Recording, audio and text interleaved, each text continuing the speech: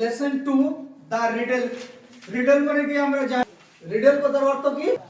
ধাঁধা। সম্রাট Akbar, Akbar was one of the greatest emperors of India. বলছি কি আকবর ছিলেন একজন মহান সম্রাট। এম্পারার মানে কি? সম্রাট অফ ইন্ডিয়া। আমাদের ভারতবর্ষে যতগুলো সম্রাট ছিল তাদের মধ্যে অন্যতম মহান সম্রাট কে ছিল? আকবর। ওয়ান অফ দ্য গ্রেটেস্ট মানে কি? যতগুলো সম্রাট ছিল তাদের মধ্যে মহান। আর যুক্ত হয়ে হলো গ্রেটার, আর ইএসটি যুক্ত হয়ে যাবে কি?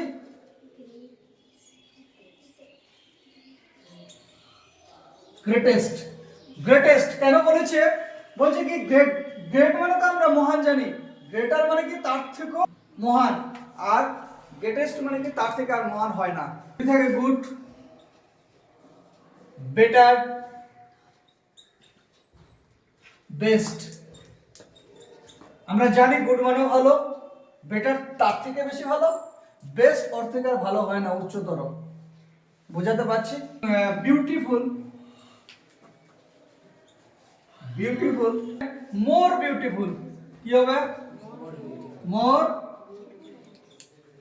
বিউটিফুল। তারপর হবে মোস্ট বিউটিফুল।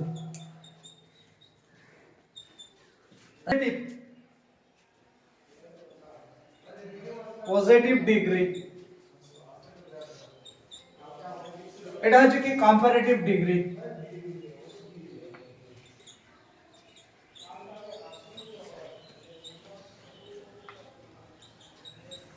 এটা হচ্ছে কি সুপারলেটিভ ডিগ্রি। তাহলে আমাদের ডিগ্রি কত প্রকার? ডিগ্রি আমরা দেখতে পারলাম তিন প্রকার। এক নম্বর পজিটিভ, দুই নম্বর কম্পারেটিভ, তিন নম্বর সুপারলেটিভ। মানে এতগুলো সম্রাট যখন ছিল, বাবার হলো আবার জ্বর সারবে ঔষধে। তাহলে যতগুলো সম্রাট আছে, যতগুলো সম্রাটের আমি নাম বললাম, বাবর বলতে বাবর, আবার মানে কি আকবর, হতে হুমায়ুন, জোতে জাহাঙ্গীর, বরকার জোতে জাহাঙ্গীর, সারবে ঔষধে, ওতে ঔরঙ্গজেব। আমাদের যে মোগল পিরিয়ডের যে সম্রাটরা ছিল সেই সম্রাটের নামগুলো আমরা পাবো। ঠিক আছে? বাবার হলো আবার জোর, সারবে ঔষধে। আমাদের মোগল পিরিয়ডের যত সম্রাট আছে পরপর এইভাবে করে আমাদের নামগুলো আমরা বলতে পারবো, মনে রাখবো সংক্ষেপে। বোঝাতে পারলাম? এইবার বিষয়বস্তু হচ্ছে কি, তাহলে হি বিলং মানে কি বসবাস করতো, তাই তো? To the Mughal dynasty, Mughal সাম্রাজ্য। ডাইনাস্টি মানে কি? সাম্রাজ্য। আমি কি বললাম? ডাইনাস্টি মানে কি? সাম্রাজ্য। তাহলে তিনি মোগল সাম্রাজ্যের একজন কি ছিলেন? সম্রাট ছিলেন। হি হ্যাড হিজ কোর্ট, তার রাজসভায়, কোর্ট মানে কি এখানে তার রাজসভার কথা বলা হয়েছে, দা 9 জেমস। 9 জেমস মানে কি? জেমস কথার অর্থ কি? পাথর, মূল্যবান পাথর। ঠিক আছে? তাহলে এখানে 9 জেমস, হিজ 9 অ্যাডভাইজার। আকবরের সময় মনে রাখবি, আকবর তার যে রাজসভা আছে, প্রত্যেকটা রাজসভায় বা প্রত্যেকটা রাজার কি থাকে? 9 জন অ্যাডভাইজার থাকে, উপদেশকারী থাকে। রাজা কোনো সময় যদি বিপদে পড়ে বা কোনো সমস্যার সম্মুখীন হয় বা যুদ্ধ ঘোষণা হয়, নানা রকম পরিস্থিতিতে এই 9 জন অ্যাডভাইজার কি করে রাজাকে পরামর্শ দেয় যে কিভাবে এই সমস্যা থেকে সে কি করবে, বেরিয়ে আসবে। এই জন্য 9 জন কি থাকে?